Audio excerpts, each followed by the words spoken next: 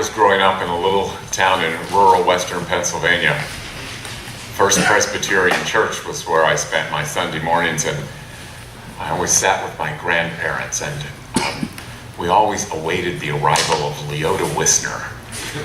She made her own hats, and as she came, and they were always, really extravagant, amazing hats. And it's a great memory from my childhood, and now on Sunday mornings, I wait to see what Russ is wearing.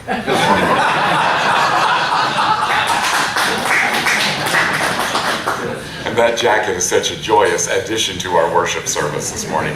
Hand-painted by you, I would imagine. Yeah. Again, as children, one of the earliest games we learned was to rub your tummy and pat your head, which I still can't do. I suppose it was some developmental game designed to foster motor coordination or brain function or something. In this day and age, however, it could also be considered our very first lesson in multitasking. As we get older, we become masters at it. Not just the walk and chew gum version, but the read your magazine while you work out version, or the text while you drive version, and consult your GPS. It becomes almost second nature to us. How many of us use our commutes to call people, or eat on the way to somewhere to save time, or turn on the news while we fold laundry or iron? Some people still do iron, don't they? We're multitaskers through and through. Our culture values it. Productivity, efficiency, maximizing energy. To me, it's exhausting. Not only have we learned to do many things at once, but we have learned to split our bodies and our minds, with our bodies in one place and our minds in another. While this may boost our productivity, if we're not careful, it can make for a scattered and fractured life, where busyness and anxiety threaten to overwhelm us. It can also make for a scattered and fractured faith, for even here, we're not immune from busyness and from multitasking.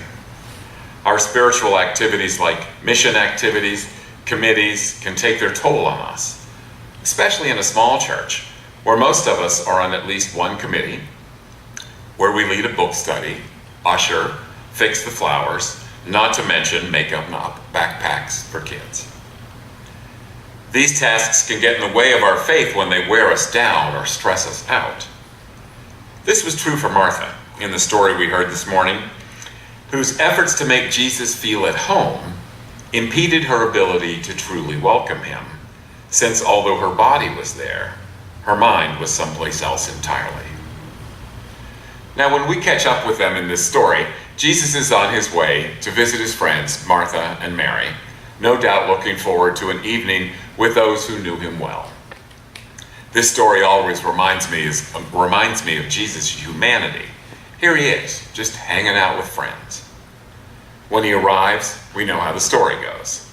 Martha did the deeds of hospitality, a common and welcoming practice in that day, as today.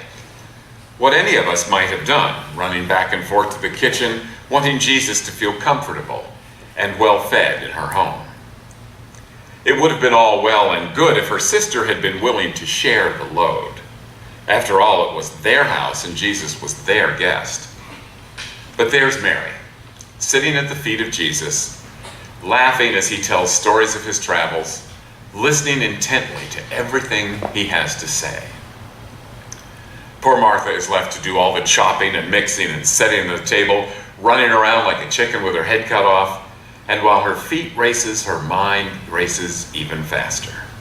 What's next? Where's the pepper? Am I overcooking the lamb? Why isn't Mary helping me? Why am I always stuck with this? You can almost see her cheeks redden as she begins to mumble under her breath, clatter the dishes in the kitchen, and shoot Mary arrows with her eyes as she sets down the plates with a little extra oomph.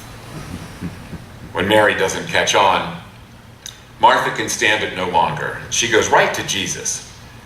Don't you care, Jesus, that my sister is just sitting there while I do all the work? Oh, there's no doubt that she expected Jesus to give Mary a little talking to. But But instead, his response catches her off guard. Martha, Martha, you are worried and distracted by so many things. There is need of only one thing. Mary has chosen the better part. Say what? Mary has chosen the better part? Now, this may have been an affront to Martha, but it also challenges any of us who have grown up with a strong work ethic, or a strong sense of hospitality. Martha was just doing the right thing, trying to make the place nice for Jesus, doing her work duties, her mission duties, and if she didn't do it, how was it going to get done? Jesus' comment is also a real rub to those of us in the UCC who believe in a gospel of social justice and extravagant welcome. The gospel of the Good Samaritan that we heard last week. You know that faith is only faith when we get our hands dirty in the real muck of life. Are we supposed to trade in a life of mission for a life of compassion or contemplation or singular devotion? Should we all forego the hard work of Martha in favor of the quiet worship of Mary? Is that what brings us closer to God? Certainly, it's not as simple as an either or. Mission or contemplation, doing work or doing worship. In fact, I would suggest the whole story is less about actions and more about attitude. Less about behavior and more about being. It's interesting that this tale of Mary and Martha follows the Good Samaritan, the story that Jesus told to explain just how it is that we love God with all our heart, soul, mind, and strength, and that we love our neighbors as ourselves. In that story, the message was all about mission. It's what we do that counts. It's our actions and our ministries that help to nurture our faith. It's what we do that shows our love for God. But what if this story of Mary and Martha is another explanation of how we love God? Not the doing of the faith, but the being of faith.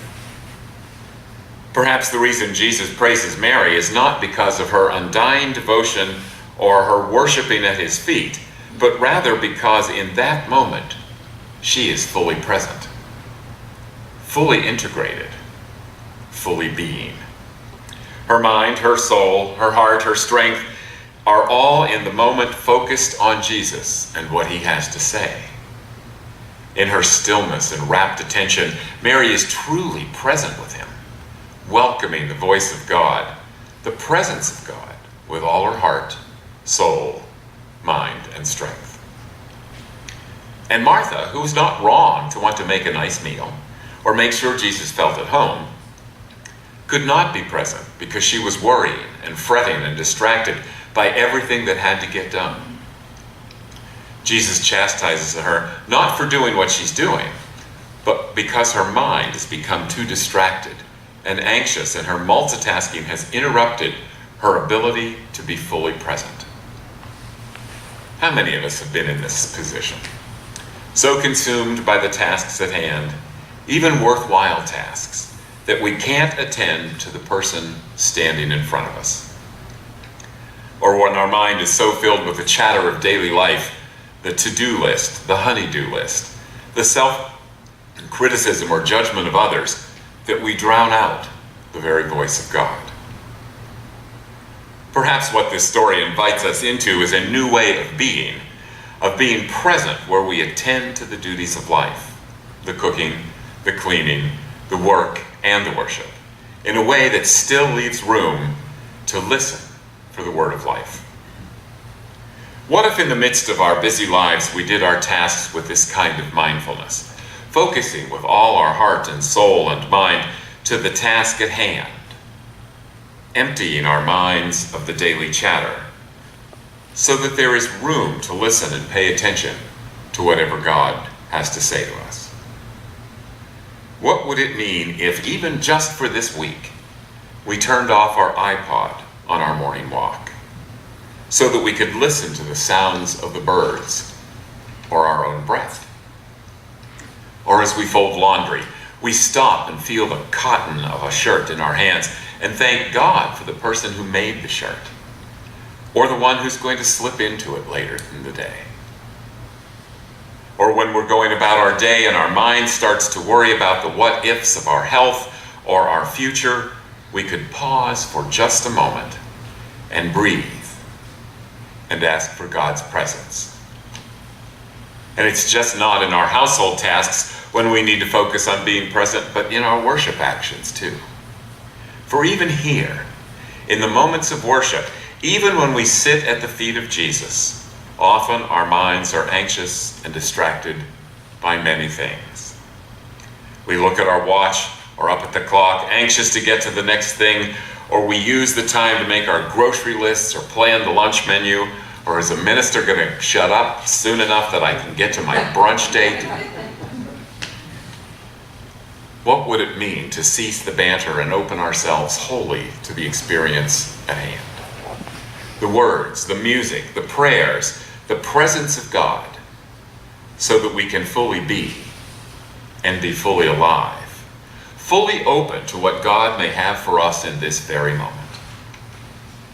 Every faith life needs actions of work and of worship, but every moment of our work, every moment of our worship, every moment of our lives is open to the possible connection with God.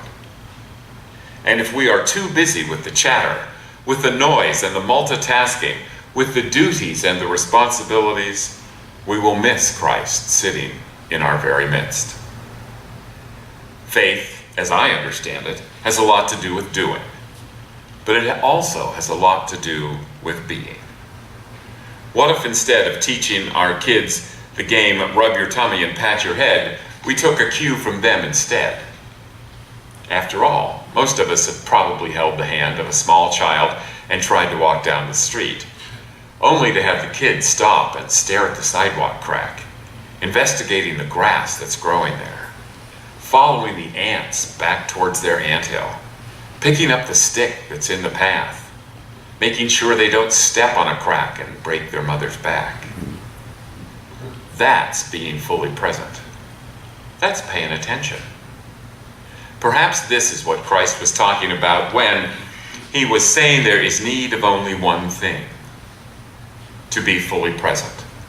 Whether we are working, whether we are worshiping, whatever it is that we are doing. To be this present, this integrated, is one of the ways we express our faith. It's one of the ways we love God with all our heart, soul, mind, and strength.